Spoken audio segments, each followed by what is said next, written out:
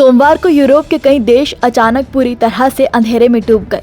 Europe में भयंकर अंधेरा छा जाने से हाहाकार मच गया।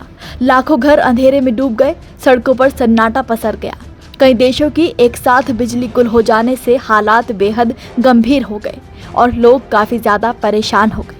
यूरोप के इन देशों में स्पेन, पुर्तगाल और दक्षिणी फ्रांस शामिल है। इन देशों को एक बड़े ब्लैकआउट का सामना करना पड़ा। इस अंधेरे ने न सिर्फ रोजमर्रा की जिंदगी को प्रभावित किया, बल्कि कई महत्वपूर्ण सेवाओं और संस्थाओं को भी ठप कर दिया। ब्लैकआउट ने Subway network, phone line, traffic light, ATM machine और बहुत कुछ बाधित कर दिया। ट्रेन और फ्लाइट सर्विसेज बंद हो गई और मैड्रिड के बाराजस अंतर्राष्ट्रीय हवाई अड्डे पर बिजली गुल हो गई। ब्लैकआउट के कारण मोबाइल कम्युनिकेशन भी प्रभावित हुआ। चलती मेट्रो से लेकर चलती लिफ्ट सब थम गई। लोग जहां थे वहीं रह गए। इतना ही नहीं, पुर्तगाल में एयरपोर्ट्स ने इमरजेंसी जनरेटर एक्टिव किए। एएनए पुर्तगाली एयरपोर्ट्स ने पुष्टि की है कि पोर्टो और फारो एयरपोर्ट्स में आवश्यक ऑपरेशन जारी रखने के लिए जनरेटर का उपयोग किया जा रहा है। इसके अलावा पुर्तगाल की राष्ट्रीय चिकित्सा आपातकाल संस्था INEM ने भी आपातकालीन योजनाओं के तहत अपनी टेलीफोन और कंप्यूटर प्रणालियों को जनरेटर के माध्यम से चलाना शुरू कर दिया। पावर आउटेज के बाद लिस्बन हवाई अड्डा बैकअप जनरेटर पर चल रहा था, जबकि स्पेन में 46 हवाई अड्डों का प्रबंधन करने वाली AENA ने देश भर में उड़ानों में देर की सूचना दी। स्थानीय समय अनुसार दोपहर में बिजली गुल होनी शुरू हुई, जिससे RTVE के न्यूज रूम, मैड्रिड में स्पेन की संसद और सबवे स्टेशनों सहित कई प्रमुख इमारतों में अंधेरा छा गया। पुर्तगाल के मिसेरिकार्डिया अस्पतालों ने भी सभी सर्जरी को रद्द कर दिया और केवल उन सर्जरी को पूरा किया गया जो पहले से चल रही थी। अस्पतालों में जनरेटर का इस्तेमाल किया गया जो 4 से 6 घंटे तक काम करने में सक्षम थे। हालांकि सर्जरी को उच्च प्राथमिकता दी गई और बाकी सभी सर्जरी को स्थगित कर दिया गया।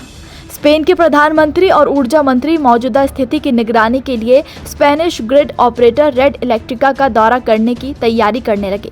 स्पेन के बिजली नेटवर्क वेबसाइट के ग्राफ में दोपहर करीब 12:15 पर मांग में 27,500 मेगावाट से लगभग 15,000 मेगावाट तक की भारी गिरावट दिखाई गई। कुछ ही घंटों के भीतर स्पेन के ग्रिड ऑपरेटर ने उत्तर और दक्षिण में रिकवरी की घोषणा की, जिसका उद्देश्य धीरे धीरे पूरे देश में बिजली बहाल करना था।